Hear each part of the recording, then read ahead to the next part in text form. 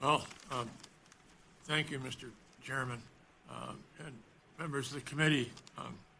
It's a pleasure to speak on behalf of myself and as the board chair of Common Cause Wisconsin, on behalf of the 8,000 members of Common Cause in this state. Gerrymandering was a new word to most Wisconsinites when it crashed on the scene in 2011. Federal judges had drawn the maps the previous 30 years, and they were, by and large, very, very acceptable to people in both parties. You hardly read about it. They're maps, and it wasn't a media story. The problem has been for the last 10 years that the legislative elections have been decided that the maps are drawn and not on election day. That's a simple way that things have happened. And why do people follow their leadership so much in the legislature today? It was alluded to by a previous speaker. If the general election is a lock, and they are, then you have to worry about a primary. How do you avoid a primary? You stick with your team. And that's what has been going on around here. And in fact, it also applies to some degree with those in the minority party as well as the majority party. That is certainly true. When you draw the maps and that decides how the elections are decided, you actually have, what we have in Wisconsin is actually a cartocracy and not a democracy. Our government is run by the map drawers. That's how things happen. And this must change, and you can do it before April of 2022. It can be done. I also must say that one thing that is clear to me is that gerrymandering is actually not a partisan issue. It's an abuse of power issue. You can look at Republican states like Wisconsin, Michigan, North Carolina, total power by the Republicans. They couldn't help themselves. They gerrymandered in all three states. But I can take you to Massachusetts, Maryland, Illinois. Democrats had total power and control. They couldn't help themselves either. They gerrymandered those three states as well. And those are just a sample of the states across the country. So really the only thing I can say today is that is to just do the one sane, sensible thing, which in the long run, maybe not while you happen to be here, but while others in your party are here after you, the one thing that is clear is that somehow majorities will change. And there's going to be an effort by the party that's not in power, whether you're talking about the Democratic or Republican states I was talking about. The party that has been whacked around for years in the minority is going to want to get even with the party that was in the majority. And we'll have this game go on for forever, for that matter. So the way to stop it, do the one sensible thing, is adopt a system like Iowa. The previous speaker, Mr. Rothschild, alluded to it. I won't elaborate on it, other than to restate that it's been in place for 40 years. It was put in place by Republicans in 1980 in Iowa. And it is so popular in Iowa after 40 years that not a single legislator in either party of either house has ever even introduced a bill to go back to the old system. The people of Iowa love that system, and we are not that much different than Iowa. I think we would, and I know that we would love it as well. Another thing I must say is it's really outrageous when you think about it that legislators, by casting one vote on one bill one time, can guarantee themselves their job for 10 years. That is, I think it's just outrageous. I don't know if there's anybody behind me who works at a place where they, by their own action, solely by their action, can guarantee themselves their job for the next 10 years. It's just an outrageous system, and I think everybody who looks in a mirror alone at night kind of knows it. I don't think it's changed that much. I also must say that having been here 47 years ago, starting then, left for a long time, the smiles and happiness between the parties has changed just slightly as I look around. But that's all right. It is the way it is. I want to say just one last thing. If you think it's too late to change to an Iowa-type system, to do this, it's too late. I spent 16 years in this building, and it's never really too late to change. You can change very late, you can change overnight.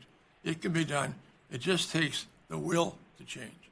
And I do hope that this legislature will think about this as this time goes on. We're going to have several months of action here, but then more likely a lot more action in the federal courts.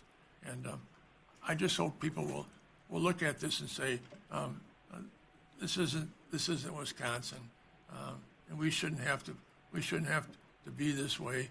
I appreciate very much the chance to sit in front of you and say a few words. And if you have any questions, I'd be glad to try to answer them.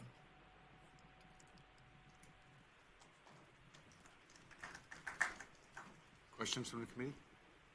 Representative Pope? Yeah, Sure, you want me to go and then? yeah, you should go first. I didn't know what Either was way. happening there. Thanks. Chair Strobel, Chair Swearingen, I guess he's not here.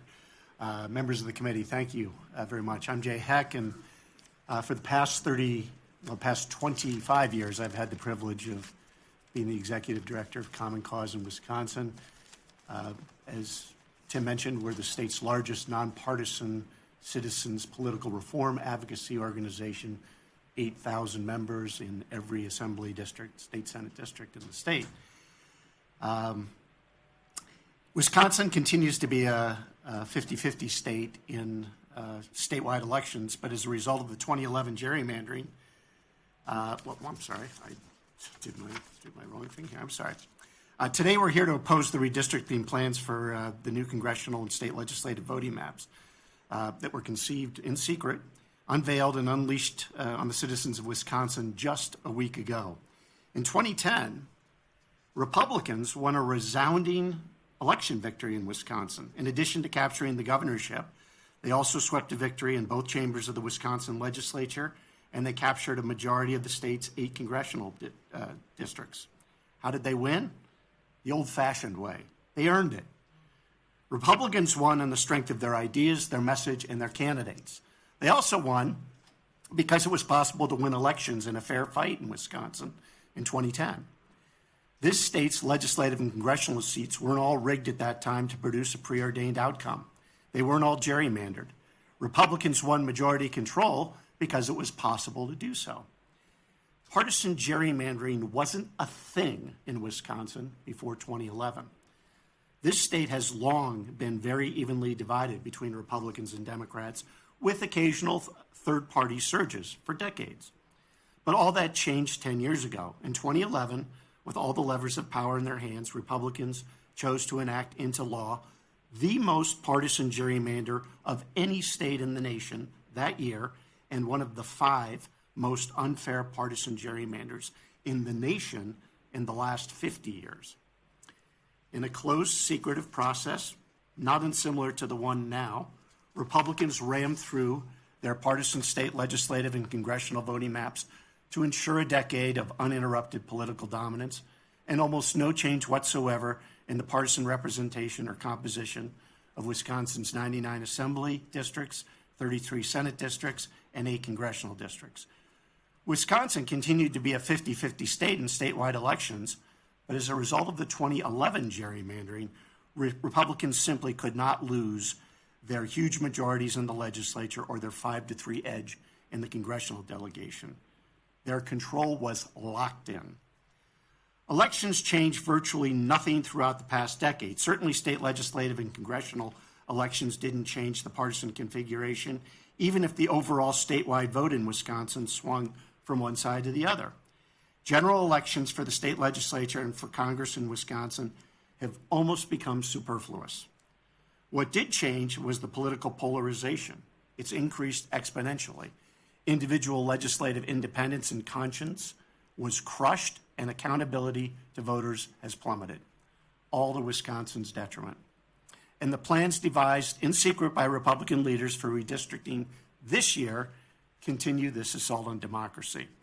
They signaled their intention to keep the corrupt status quo in place 3 weeks ago when they rammed through the legislature along strict party lines joint resolutions calling for new voting maps to retain, quote unquote, as much as possible the core of existing districts. In 2011, by contrast, Republicans moved hundreds of thousands of Wisconsin voters around to fashion the maximum number of districts they could not possibly lose for the next decade. Now they want as little movement of voters as possible and to keep the 2011 maps intact as much as possible. According to the Legislative Reference Bureau, these voting maps do just that. As has been stated before, Senate districts have a 92.1% core retention rate. For assembly districts, the rate is 84.16%. Keep in mind, Wisconsin is a 50-50 state in statewide elections, but under this plan, 62 of Wisconsin's 99 assembly seats have a higher concentration of Republicans than the state as a whole. That would be just laughable if it wasn't so damaging to our representative democracy. The Princeton University Gerrymandering Project has analyzed voting maps all over the country this year and graded all 3 of these maps for the Assembly, State Senate, and for Congress, and awarded each with an overall F rating. And lest Princeton be accused of having some partisan liberal bias, they also issued Fs to redistricting plans devised this year by Democrats in Illinois and in Oregon. Today marks the first and only public hearing sanctioned by the Republican leadership on redistricting or on gerrymandering in the last 10 years, since July of 2011, when majority Republicans rammed through the most hyper-partisan voting maps in the nation. Back then, Wisconsinites were stunned, but by and large were not engaged in the redistricting process and were relegated to the sidelines. The situation is vastly different now. There have been a sea change in citizen knowledge and engagement on this issue. Today, hundreds of thousands of Wisconsinites have worked to pass county advisory referendums and resolutions in more than 3/4 of Wisconsin's 72 counties, including deeply red counties. They have made hundreds of thousands of contacts with you, their state legislators, demanding a nonpartisan redistricting process and an end to the expenditure of millions of dollars of taxpayer dollars spent to keep voting maps rigged. Poll after poll demonstrates the citizens of Wisconsin across the political spectrum favor a redistricting process that is fair and accountability of their elected officials in elections. They want partisan gerrymandering to end. Now in 2021, Wisconsinites are not and will not be stunned if you ram through these unfair partisan state legislative and congressional voting maps as you did in 2011. But I assure you, they are now and will be very steamed and stirred to continue the fight for fair voting maps if you repeat this profoundly undemocratic exercise in the coming weeks. And this time, we will not go quietly into the night. This battle to end rigged elections and ban partisan gerrymandering in Wisconsin will continue until that objective is achieved, and it will not end even a moment before. Thank you.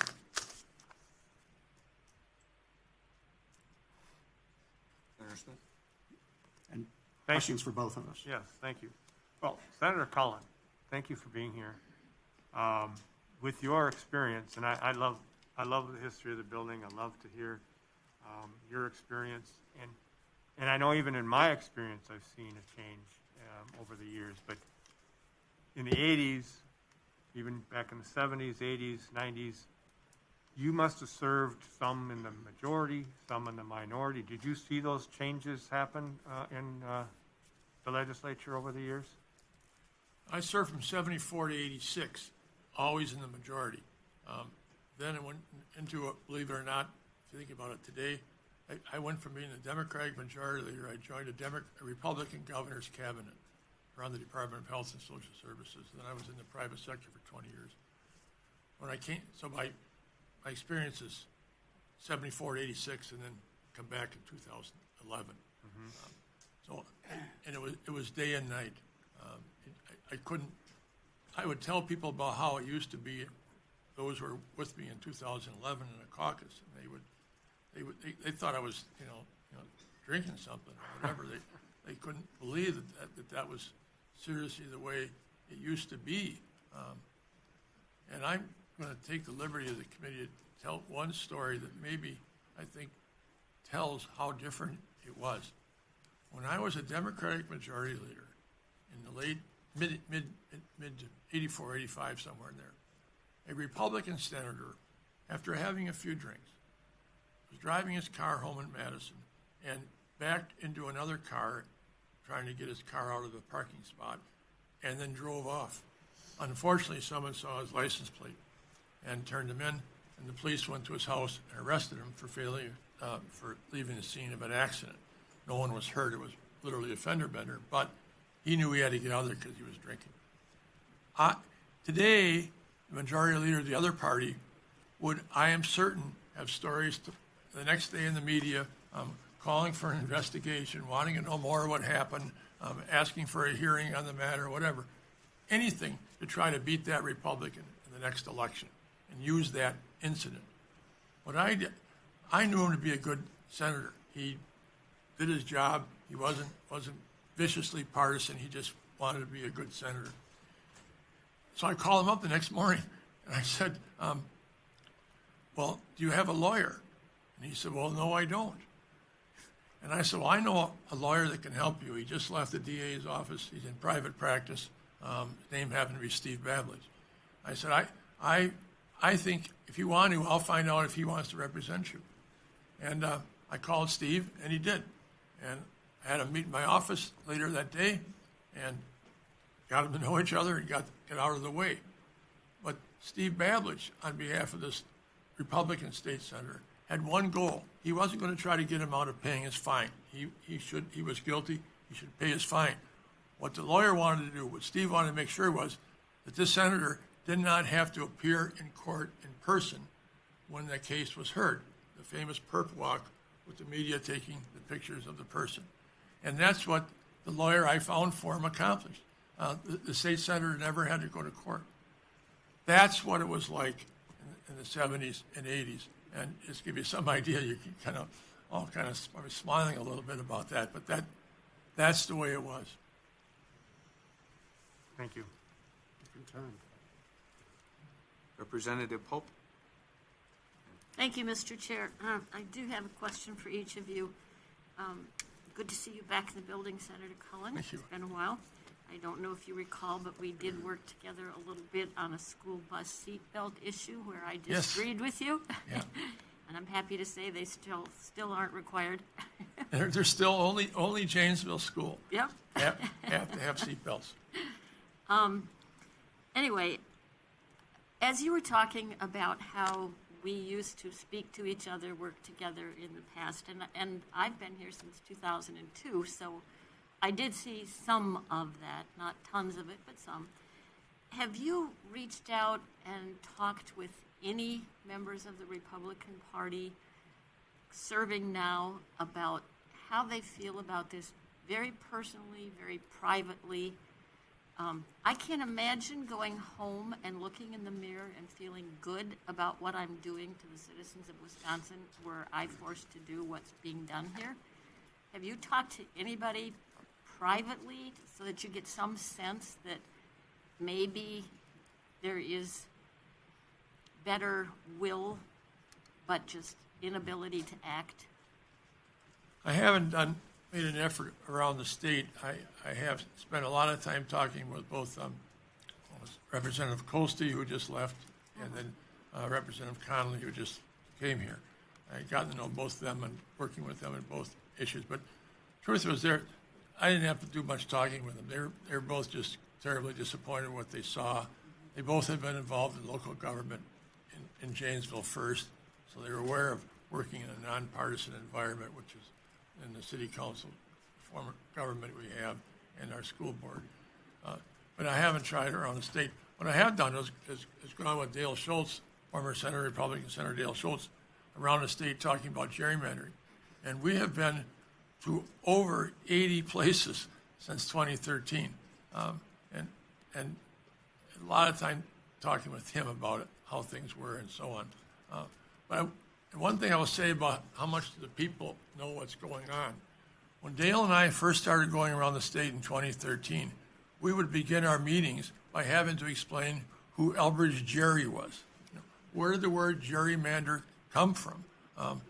They were completely unfamiliar, and we would hear things like, well, that's what the politicians in Madison have always done, so we don't really care. We got all those kinds of comments in 2013. As the years rolled on, by 2017, I would say, or so, 2018, we didn't have to begin by telling them who Elbridge Gerry was. The people of Wisconsin learned a lot about gerrymandering over the last several years, but they knew very little, even in 2013, following the first election under the maps. And I do have a question for you too, Jay. But just so that I can share how it feels to you today, there have been moments when I have been sitting in the assembly floor in my seat and recognize that there may be 36 Democrats in the room and 63 Republicans in the room, and the people on my side of the room have 250,000 more votes to our credit. And then it makes me wonder, are we serving the people? And, the answer has to be, well, obviously not. It's just, data shows that's not the situation. Jay, thank you for being here too. We go back to Madison Public School days, I think. Way back. Way back, yeah. You had spoken about this being one of the first hearings you've ever known of regarding mapping. Why do you think we're having this hearing here today? Because it seems like pretty much a done deal, doesn't it? And why do you think we're even having this kind of charade of we're listening to the public? Why do you think that's going on? Well, I think over the years, the Republican majority, and I think probably many of the members on this committee have heard from constituents saying not even a public hearing on redistricting reform. There's been reform bills. The Iowa Model Bill was first introduced in 2011, again, 2013, 2015, every session of the legislature, and there's never been a public hearing held. Now, there have been alternative public hearings. Senator Schultz and Senator Cullen held a alternative public hearing one year, and one year Senator Bernier, who was then a state representative, held a information-only hearing on redistricting. But it's not something that the leadership in this building has cared to even want to talk about. And so this is actually the first sanctioned public hearing on redistricting since July of 2011, when the 2011 maps were introduced on a Friday afternoon and rammed through the following Wednesday and put into law by the next day. Are you surprised that there are no experts testifying on behalf of this bill? No, because there are so few people that support this type of redistricting process outside of this building on the majority side. And is it your opinion that the voters will probably, or maybe, or ought to hold people accountable for their vote regarding this bill? Well, I think, and Senator Cullen touched on this, the sea change in public consciousness about this issue. Again, as I said in my testimony, gerrymandering in Wisconsin wasn't a thing before 2011. We didn't have it in the previous 5 redistricting processes. In part, that's because we always had divided government. And so a compromise was reached, usually brokered in the federal court. So that it wasn't even an issue until 2011.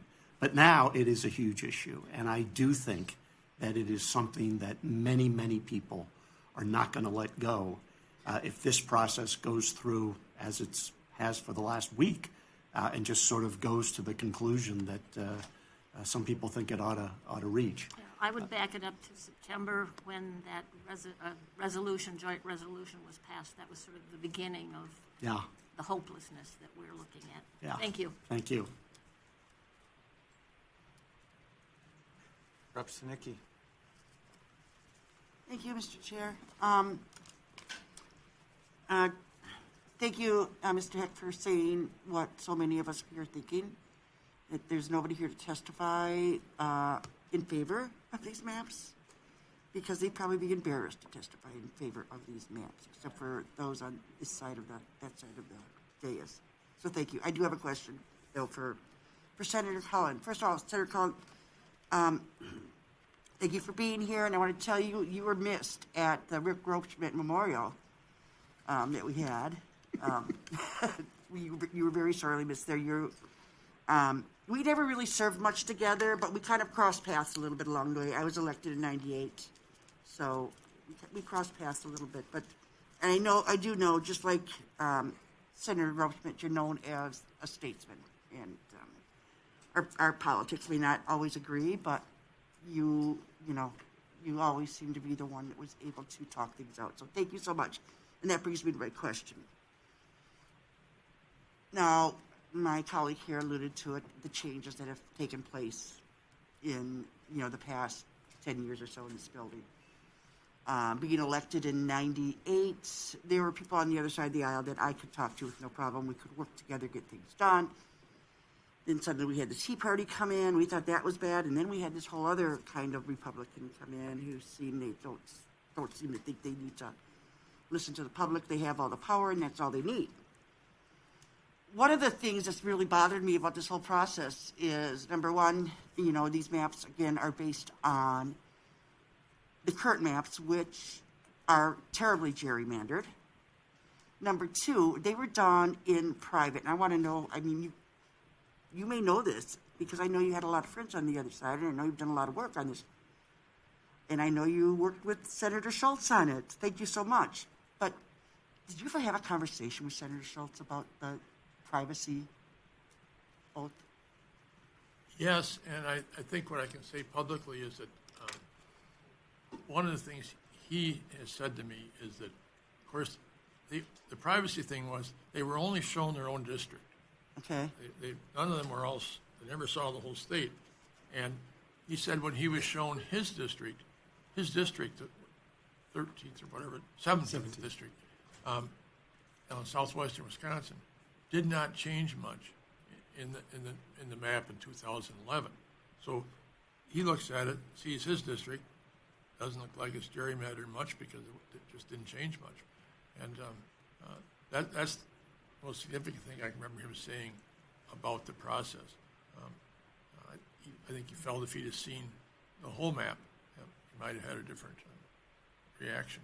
Interesting. I wish Senator Schultz was here to tell us that himself. But yeah. But thank you.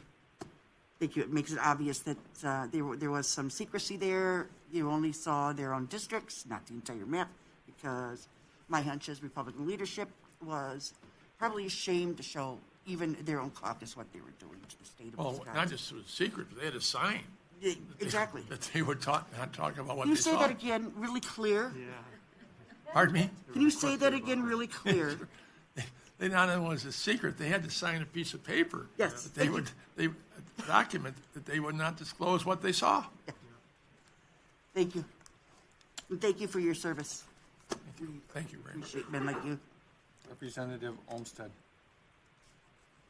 Well, thank you, Mr. Chair, and thank you both for coming here today, and thank you for all the work that Common Cause does.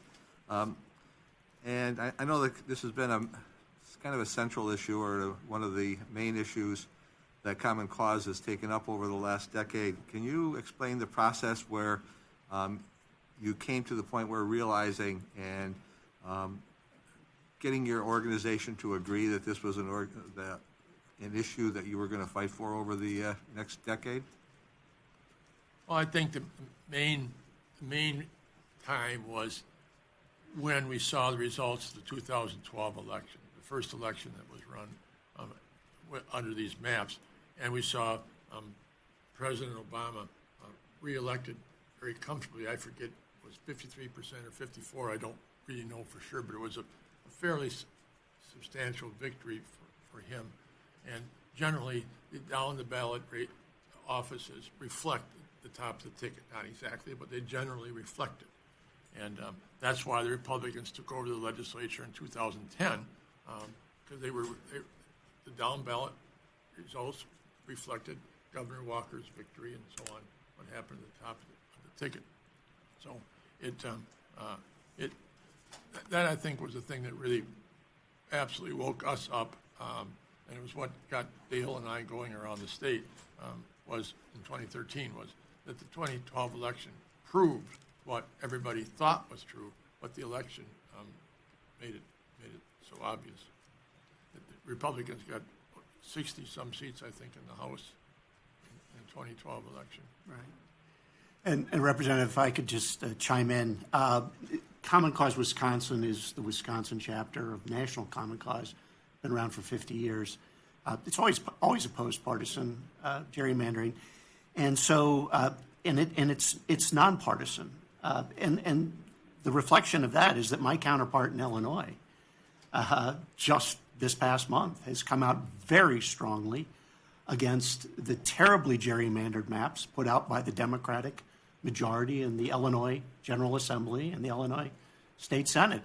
Democrats in Illinois couldn't even wait for the updated census data to come out before they began to draw their maps, and have drawn maps that are among the ugliest, most out-of-shape districts. I mean, Illinois Democrats didn't even do what the Republicans did in this state, and at least tried to draw districts that looked good, even if they aren't. In Illinois, they have no such shame. So this robs people of all political persuasions, of choices in elections and fairness. This is not a partisan exercise, and it's been a long-standing principle of Common Cause. We have two former Republican state representatives currently serving on the Wisconsin State Board. Representative David Deininger of Monroe, and former Representative David Martin of Neenah, who represented Republican back in the 1970s. So this isn't a partisan exercise. This is fairness.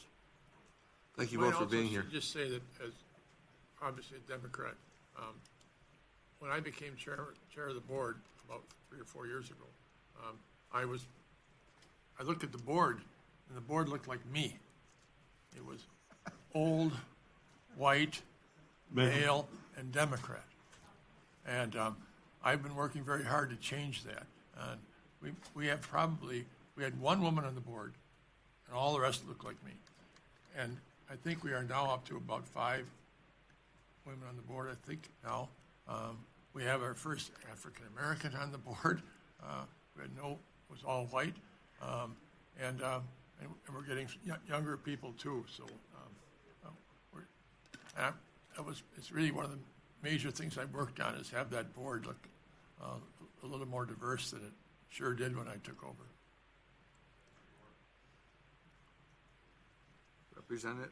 Senator Smith. Jay, we worked together when I was here before.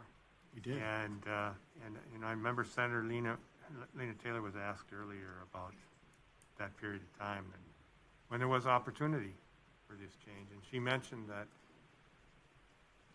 we really didn't realize how bad it could be.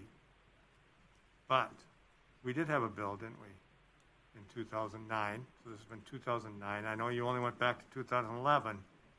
2009, Representative Black was the author of the bill. In the Iowa model. Assembly side. And we held a hearing. Yeah.